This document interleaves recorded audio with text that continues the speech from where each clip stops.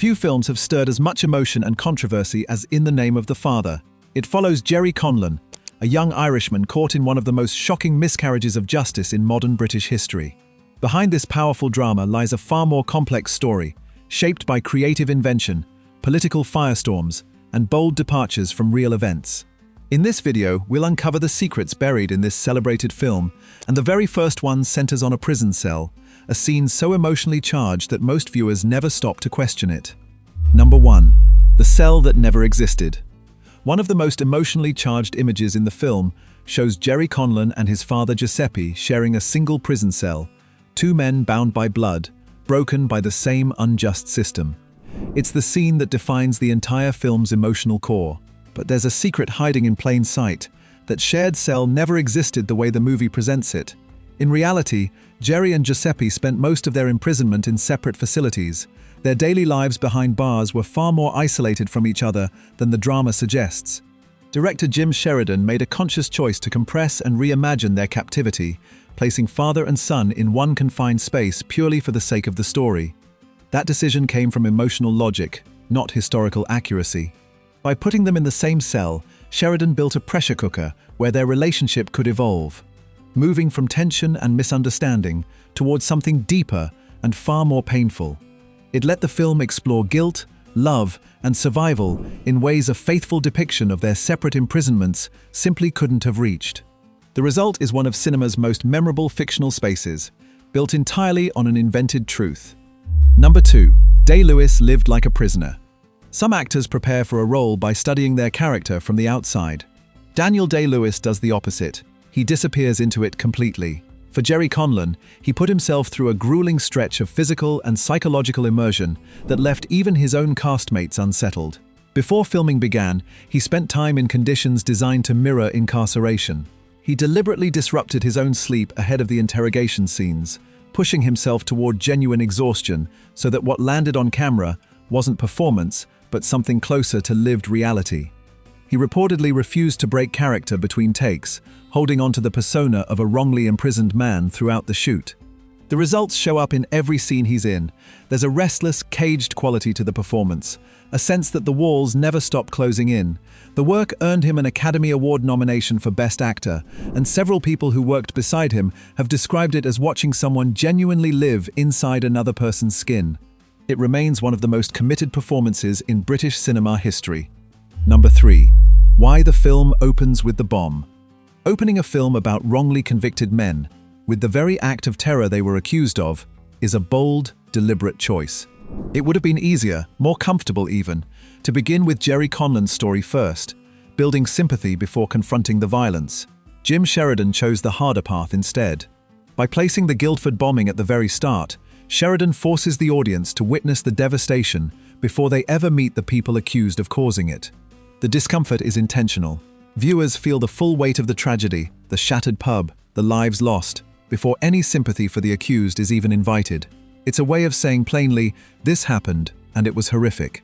That choice ultimately serves the film's larger argument. Had the bombing's depiction been softened or delayed, critics could have accused the film of downplaying real human cost, just to make its protagonists more sympathetic. Confronting the horror head-on instead establishes moral honesty from the first frame onward. What follows isn't about excusing anything, it's about the truth of who was responsible and who wasn't. Number 4. The actor who bought the story. Long before cameras rolled or a director was even attached, one passionate individual kept this story alive. Gabriel Byrne, one of Ireland's most respected and internationally known actors, acquired the rights to Jerry Conlon's memoir Proved Innocent, out of a deep personal conviction that the injustice at its heart was too important to ignore, a commitment made well before Hollywood was paying any attention at all. At one point, Byrne wasn't just the man who held the rights, he seriously considered playing the lead role himself. The image of Byrne as Jerry Conlon is a genuinely fascinating what-if that never came to pass. As the project evolved, the creative team shifted around it. Directors were considered, producers came aboard, and the film gradually transformed from a personal passion project into something with much larger commercial and artistic ambitions. By the time cameras finally rolled, an entirely different cast and vision had taken hold. Byrne's involvement is a useful reminder that many important films owe their existence not to studios or financiers, but to individuals who believe in a story long before the industry catches up.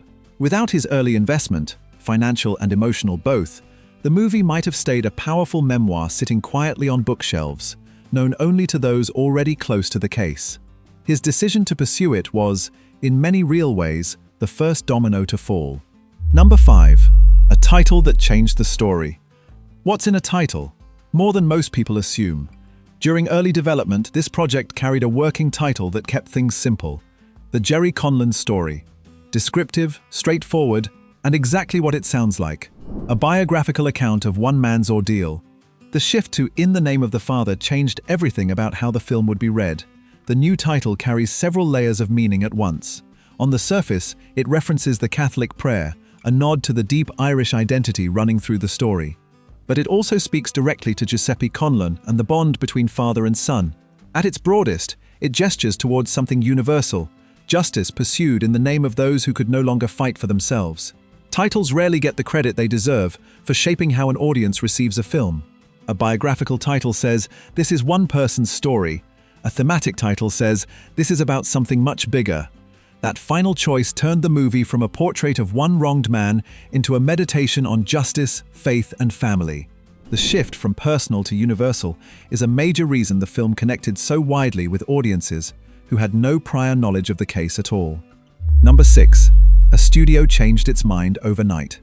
Hollywood studios rarely make decisions in a vacuum. Every project gets weighed against whatever has recently succeeded and whatever has recently flopped.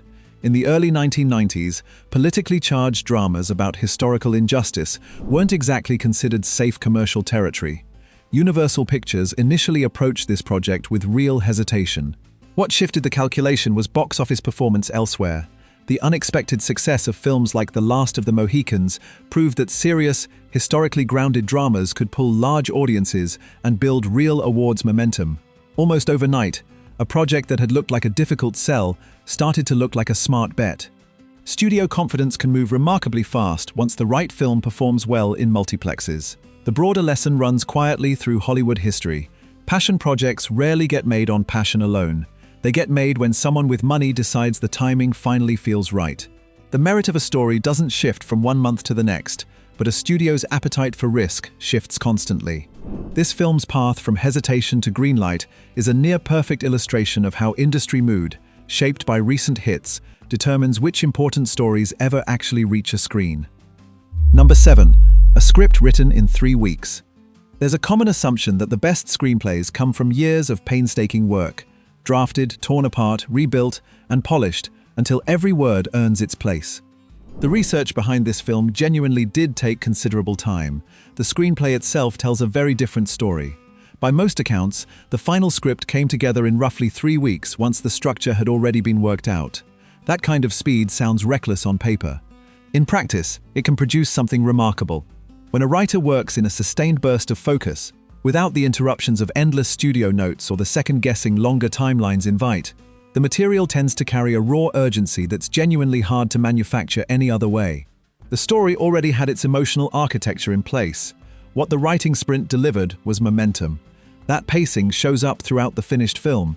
Scenes move with a driven, almost breathless energy that keeps the audience locked in even during quieter, more intimate stretches. Screenwriter Terry George, working alongside Jim Sheridan, channeled months of research and emotional preparation into a script that felt completely lived in, despite how quickly it was actually written. Some of the most compelling dramatic writing isn't a product of time spent. It's a product of clarity reached. Number 8. The $10 million that made it possible. Politically sensitive films rarely have an easy road to financing. A story centered on British state misconduct, Irish defendants, and one of the most controversial miscarriages of justice in recent memory was never going to draw investors lining up at the door. For a significant stretch, the project existed in a kind of financial limbo, developed, believed in, but unable to secure the American money it needed to actually move forward. The breakthrough arrived when a major investment finally unlocked production.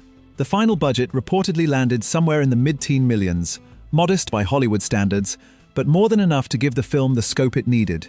That funding covered period-accurate sets, a strong ensemble cast, and the location shooting that would prove essential to the film's atmosphere. What the budget story really reveals is the quiet courage required to back projects that make powerful institutions uncomfortable. Every dollar invested here was a bet not just on a story, but on the idea that audiences would sit with something morally complex and politically charged. That bet paid off, critically, commercially, and culturally. But it took someone willing to write the check at a moment when plenty of others had already said no. Number 9. Dublin became half of Britain. Filming a story set largely in England while shooting primarily in Ireland is the kind of logistical puzzle that sounds impossible until you actually see the result. Much of the film unfolds in recognizably British settings: streets, courtrooms, interrogation rooms, and prison corridors that all needed to feel authentically English. And yet a significant portion of what ends up on screen was captured in and around Dublin. The transformation demanded meticulous attention. Production designers stripped Irish streets of anything too distinctly local, swapping signage, redressing shop fronts, and adjusting architectural details to build a convincing illusion. Camera angles were chosen specifically to avoid breaking the geography. The result is so seamless that most viewers, including plenty of British ones, never notice the substitution at all. There's a certain irony built into the geography here. A story about Irish men wrongly imprisoned by British authorities was brought to life largely on Irish soil, using Irish locations dressed up as the country that had failed them. Kilmainham Gaol in Dublin, which features heavily in the prison sequences, gave the film an authenticity no purpose-built set could ever have matched. The city effectively played two roles at once and pulled off both convincingly. Number 10. A screening that shocked Parliament. Films rarely make it into the chambers of political power before they reach paying audiences. This one did. Ahead of its UK release, In the Name of the Father was screened for members of the British Parliament, an unusual step that reflects just how politically loaded the material was considered at the time. The screening did not go quietly. The showing sparked heated debate over historical accuracy, dramatic license, and the responsibilities that come with telling a story rooted in real events. Some MPs worried the film's emotional power might shape public perception of the British justice system beyond what the documented facts could actually support. Others felt it was essential viewing for anyone holding a position of authority. The discussion that followed ran far hotter than a typical advanced screening usually produces. What makes this chapter so striking is how rarely a single film manages to pull political figures into genuine confrontation with its content before commercial release even happens. Controversy after release is common enough. Controversy inside Parliament before release is something else entirely. It speaks to the raw nerve the film struck, a nerve that, for much of the British establishment, had never really healed. Number 11. The tagline that nearly backfired. Marketing a film based on real events is a delicate balancing act. Say too little, and audiences may miss the story's significance. Say too much, or say it too boldly, and you risk making promises the film can't legally or factually keep. The team behind this movie found out exactly how fine that line is when early promotional materials carried a tagline that sent lawyers reaching for their phones. The phrase, "This is a true story," appeared in early marketing and immediately drew criticism. The argument against it was simple. No dramatization of real events can claim total fidelity to the facts. The invented shared prison cell alone was enough to make the claim legally shaky. Journalists and legal observers pointed out that presenting a film with invented elements as a wholly true account risked misleading audiences and exposing the studio to genuine challenge. The fix was a small but significant change in wording. Based on a true story became the approved version, softer, safer, and far more defensible. It's a distinction that might look trivial to a casual viewer, but carries real weight in legal and journalistic terms. The whole episode is a perfect illustration of how the language used to sell a film can become just as controversial as the film itself. In this case, one word, based, was enough to diffuse a potential crisis before opening weekend even arrived. Number 12. A release plan built on buzz. Not every film storms into cinemas everywhere on the same day. For certain projects, particularly ones with serious subject matter and awards ambitions, a slower, more strategic approach can make all the difference. Rather than opening wide right away, the distributors behind this film chose to let it build gradually, starting with a limited release in carefully chosen theaters before expanding outward. The logic here is straightforward. A limited opening gives critics room to weigh in, lets word of mouth take hold, and positions the film as an event worth seeking out rather than just another title on a multiplex schedule. When early reviews land strong, as they did here, the buzz from those first weeks becomes its own form of marketing. Audiences who might have skipped a wide release opening grow curious about a film everyone around them seems to be discussing. The strategy worked exactly as intended. By the time the film reached wider release, it already carried the weight of critical recognition and active awards conversation. Its 7 Academy Award nominations were both a reward for quality and a product of how carefully the film had been positioned in the marketplace. There's a genuine art to releasing a film well, and this team clearly understood that patience, used at the right moment, is one of a distributor's most powerful tools. Number 13. The title song wasn't ready. Music and film exist in a relationship of constant negotiation. The right song can define a movie's emotional identity before audiences ever see a single frame. The wrong timing, though, can force creative compromises that end up reshaping how a film gets introduced to the world. That's exactly what happened during this film's marketing campaign, and the story behind it is more interesting than most people realize. The title track, written by Bono, Gavin Friday, and Maurice Caesar, was meant to anchor the film's sonic identity and tie closely into its themes. But the recording wasn't finished in time for the earliest promotional trailers. With a marketing schedule that couldn't wait, a quick decision had to be made. The team landed on using U2's Pride, In the Name of Love, a song with shared thematic DNA but no original connection to the film at all. The substitution wasn't planned, yet in hindsight it created an accidental piece of film marketing history. Pride, In the Name of Love is one of U2's most recognizable tracks, and using it in early trailers gave the film an immediate emotional and cultural shorthand. The finished title song, however strong, might not have delivered quite as fast. It's one of those happy accidents the film industry occasionally produces, a compromise born of necessity that ends up serving the project better than the original plan ever could have. Number 14. A real prison became the film set. Some spaces carry their own history so deeply in their walls that no production designer could ever fully recreate them.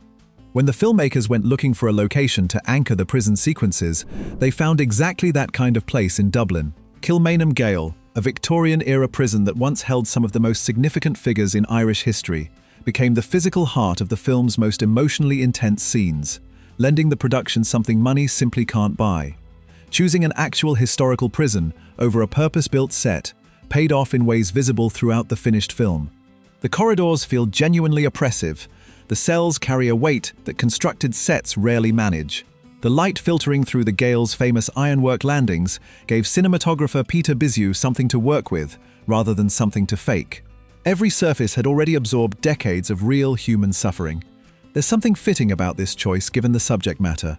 A story about wrongful imprisonment, about men broken by a system that failed them, was shot inside a building where real injustice had played out across generations.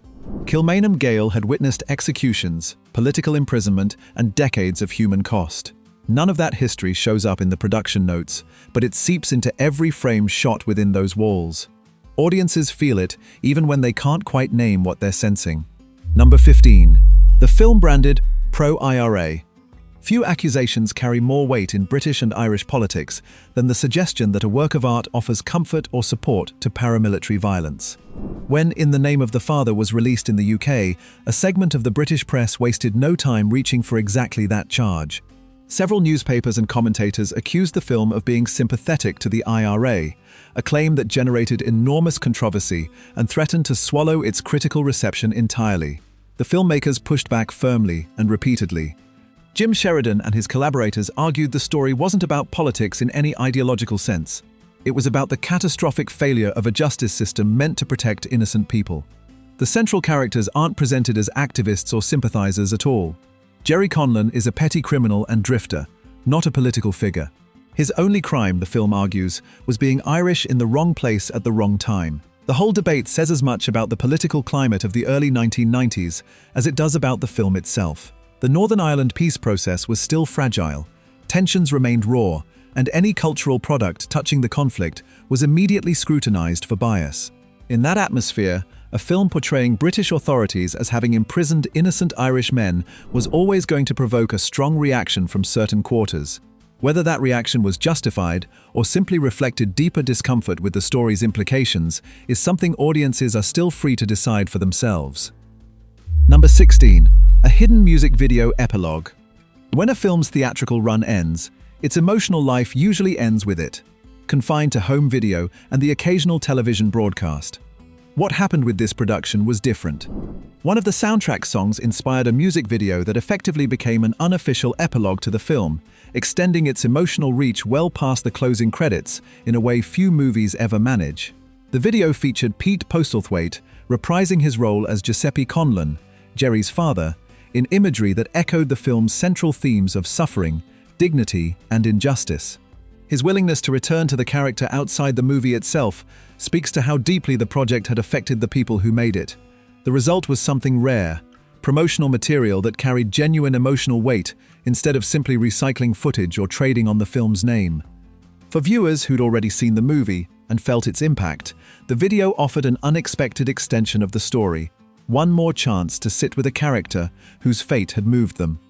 It also showed how the film's themes, loss, love, the long shadow of injustice, were powerful enough to sustain expression beyond a single 2-hour drama. In the landscape of 1990s film promotion, it stands out as one of the more quietly remarkable and genuinely felt creative decisions tied to any major release. Number 17. Berlin's Golden Bear winner. Awards only tell part of a film's story, but certain prizes carry weight that transcends the usual industry pageantry. When this production entered competition at the Berlin International Film Festival, it stepped onto one of world cinema's most prestigious stages, a festival with a long history of honoring films that challenge, provoke, and endure. What happened there announced to global audiences that this wasn't simply a regional story made for a local market. The film took home the Golden Bear, Berlin's highest honor, placing it in the company of some of cinema's most celebrated works. The recognition wasn't just a trophy for the shelf. It signaled to distributors, critics, and audiences worldwide that the film had something universal to say about justice, identity, and the abuse of state power. Festival wins of this magnitude open doors that even the strongest domestic reviews can't always unlock alone. The Berlin Prize also served as an early signal of the awards' momentum that would carry the film through the rest of that season. International recognition from a jury of filmmakers and critics carries a different kind of authority than domestic praise. It suggests a story rooted in a very specific historical and political context had still managed to speak meaningfully across cultural boundaries. That's a rare and genuinely difficult achievement, and the Golden Bear remains one of the most fitting acknowledgements this production ever received. Number 18. 7 Oscar nods, no wins. There's a particular kind of Hollywood story involving a film that arrives at the Academy Awards with enormous expectations and leaves empty-handed. It's a narrative that has nearly become its own genre, the celebrated contender the industry deeply admires but ultimately doesn't crown. This film became one of the most discussed examples of that exact phenomenon during the 1994 ceremony, and the conversation has never fully faded.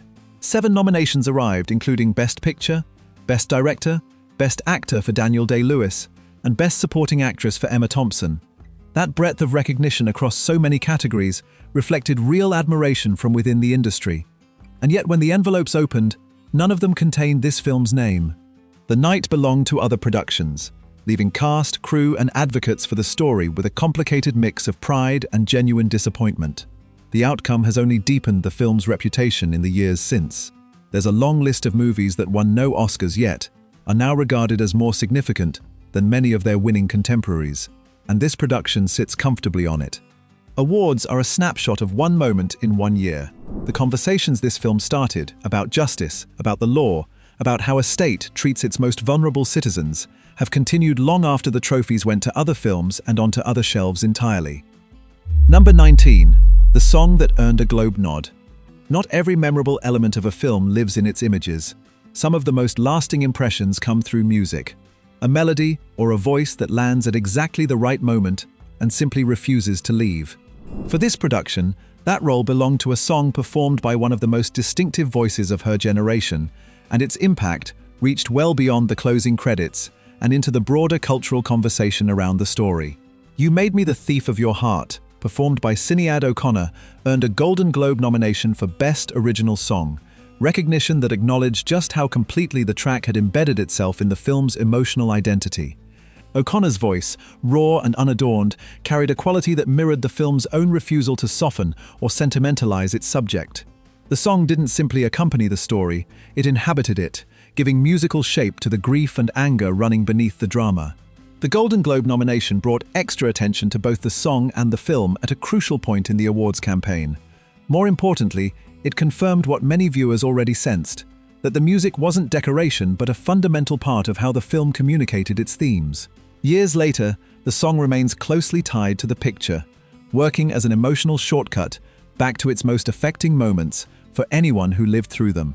That kind of staying power is something no marketing campaign can manufacture, and very few soundtracks ever truly achieve. Number 20. The writer's past drew attention. Behind every screenplay sits a writer whose own history inevitably shapes how they approach their material. For this film, that history became a subject of public debate during its release. Screenwriter Terry George found himself under scrutiny from critics and commentators who felt his personal background was relevant to how the story had been framed, and who used that background to question both the film's political intentions and its reliability as a dramatization of real events.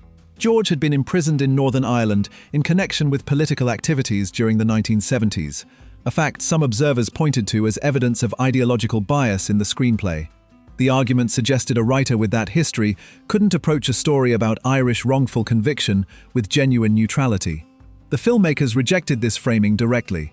Jim Sheridan and others involved insisted the film's focus was justice, not politics, and that the screenplay reflected a real commitment to the documented facts of the case.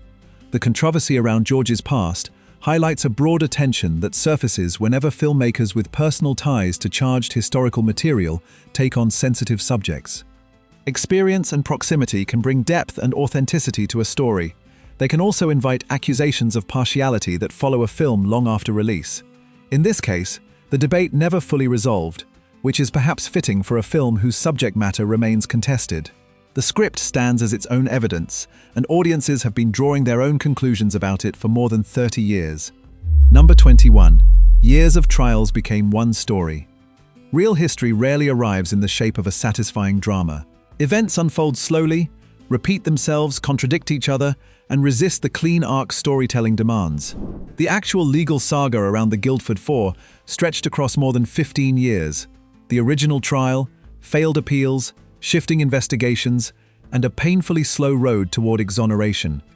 Compressing all of that into one coherent film was among the most demanding creative challenges the production faced. The screenplay made deliberate choices about which events to dramatize and which to fold together. Separate hearings were merged into single scenes. The involvement of multiple legal teams across different stages of the process got simplified into one streamlined narrative. Characters who played important roles in specific phases of the real case appear in different contexts within the film, or don't appear at all. Each of these decisions served clarity, making sure audiences could follow the emotional and legal journey without getting lost in procedural detail. What the film sacrifices in strict chronological accuracy, it largely recovers in emotional truth. The compression doesn't distort the core injustice, it sharpens it. By stripping away the repetition and procedural noise of the real timeline, the screenplay delivers something the historical record alone can't. A sense of what it actually felt like to be trapped inside a system that refused to correct itself. That feeling, more than any specific date or legal detail, is what audiences carry with them long after the credits roll. Number 22. A Kennedy in the end credits. Closing title cards are among the most overlooked parts of any film. Audiences are already reaching for their coats, the lights are coming up, and the emotional journey is winding down. Few people read every line scrolling past in those final moments. Those who did pay attention at the end of this production were rewarded with one of the most surprising biographical footnotes imaginable, a detail connecting the Guildford Four to one of the most famous families in American history. The titles reveal that Paul Hill, one of the four wrongly convicted men at the center of the case, later married Courtney Kennedy, daughter of Robert F. Kennedy. It's a detail so unexpected that many viewers who catch it assume they've misread it. The connection between a man wrongly imprisoned by the British justice system and the Kennedy family dynasty is exactly the kind of real-life development no screenwriter would dare invent for fear of straining credibility. And yet there it sits, in plain text, in the film's final moments. The detail does more than surprise. It quietly reinforces one of the film's underlying themes, that the Guildford Four's story wasn't a contained local tragedy, but something that rippled outward in ways nobody could have predicted. A young man from Belfast, stripped of years of his life by a catastrophic miscarriage of justice, ultimately became connected to a family itself, defined by loss, public life, and the complicated relationship between individuals and the institutions that shape their fates. Number 23. The lawyer debate. Bringing a real, living person to life on screen carries a set of responsibilities purely fictional characters never require. When Emma Thompson was cast as solicitor Gareth Pierce, the lawyer whose tireless work helped eventually overturn the convictions, the production was making a statement not just about casting, but about which version of the legal story it intended to tell. That choice generated debate that followed the film through its entire release. Thompson's portrayal drew considerable praise from critics and audiences, and her Academy Award nomination reflected genuine admiration for the work. But some legal observers and people with direct knowledge of the case argued the film had simplified a far more complex legal picture. Multiple solicitors, barristers, and investigators contributed to the long effort to free the Guildford Four, a process that unfolded across years and involved significant work from figures who barely appear in the film or don't appear at all. The tension here is one every dramatization of real legal proceedings has to navigate. A courtroom drama that faithfully distributed credit among every contributing lawyer would be unwatchable. By centering the legal effort on one compelling figure, the film gives audiences someone to invest in, a face for the pursuit of justice. What it can't fully do is honor the collective, often unglamorous reality of how wrongful convictions actually get overturned. Pierce herself has spoken about the case with characteristic modesty, emphasizing collaboration over individual heroism, a nuance the film, by its very nature, couldn't fully capture. Number 24. The group the film left out. Every film that compresses real history into a manageable narrative has to decide not just what to include, but what to leave behind. For this production, one of the most significant omissions involves a group whose suffering ran parallel to that of the Guildford Four, and whose story deserved far more than the brief acknowledgement the film could offer. The Maguire Seven were a group of individuals, including members of Jerry Conlon's own family, convicted of handling explosives in connection with the same investigation. Like the Guildford Four, they were later found to have been wrongly convicted. Their ordeal, which included Annie Maguire, Jerry's aunt, and his uncle Giuseppe Maguire, unfolded alongside the main case but followed its own devastating path. The film acknowledges their existence, but can't give their experience the space it deserves without fracturing the narrative it had carefully built.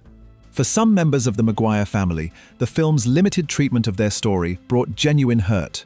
They'd endured wrongful imprisonment just as the Guildford Four had, and yet the dramatic spotlight, the worldwide attention, the awards recognition, the cultural conversation, settled almost entirely on the men whose story the screenplay chose to center. It's not a criticism filmmakers can easily answer, because the alternative, a film trying to tell both stories fully, might have told neither one well. The choices that give a drama its power are sometimes the same choices that leave real people feeling unseen. Number 25. The truth still evolving. Some stories don't end when the credits roll.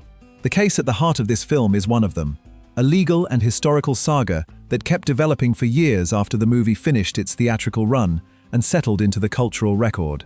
The film's release brought renewed public attention to events the British establishment might have preferred to see quietly fade, and that attention carried real consequences. The Guildford Four's convictions had been overturned in 1989, 4 years before the film's release. But the full accounting of what had gone wrong, the fabricated evidence, the coerced confessions, the systemic failures, continued to be examined long afterward. In 2005, the British government issued a formal apology to the Conlon family and others affected by the case, acknowledging the profound injustice that had been done. Jerry Conlon himself described it as meaningful, even as he kept speaking about the lasting damage the wrongful imprisonment had caused everyone who lived through it. The film's role in keeping this story alive is hard to overstate. Before its release, the Guildford Four case was known mainly to those who'd followed it closely. After it, the story became part of a global conversation about justice, state power, and the human cost of systemic failure. Jerry Conlon passed away in 2014, but the questions his case raises, about how evidence is gathered, how confessions are obtained, how the law protects the innocent, have never stopped being relevant. The film made sure they never would. In the Name of the Father remains one of the most powerful and enduring films to come out of the 1990s, a drama that used the story of one wrongly imprisoned man to hold an entire justice system accountable. From Daniel Day-Lewis's extraordinary performance to the invented prison cell that became the film's emotional core, every creative decision served a truth the historical record alone couldn't fully convey. It brought a largely forgotten injustice to a global audience, and in doing so, made sure the people who suffered through it would never be reduced to a footnote. Behind the finished film sits a remarkable story of its own, shaped by passionate advocates, political firestorms, creative compromises, and the quiet stubbornness of everyone who refused to let this case be forgotten. The secrets uncovered here reveal not just how the movie was made, but why it still matters deeply to audiences who weren't even born when the Guildford Four walked free. From the music that almost wasn't ready in time to the Parliament screening that sparked a national debate, the story behind the story is every bit as compelling as what ended up on screen. Some stories are simply too important to stay buried. If these hidden stories behind classic films are why you're here, like and subscribe so you never miss the next one, and let us know in the comments, which of these secrets surprised you the most?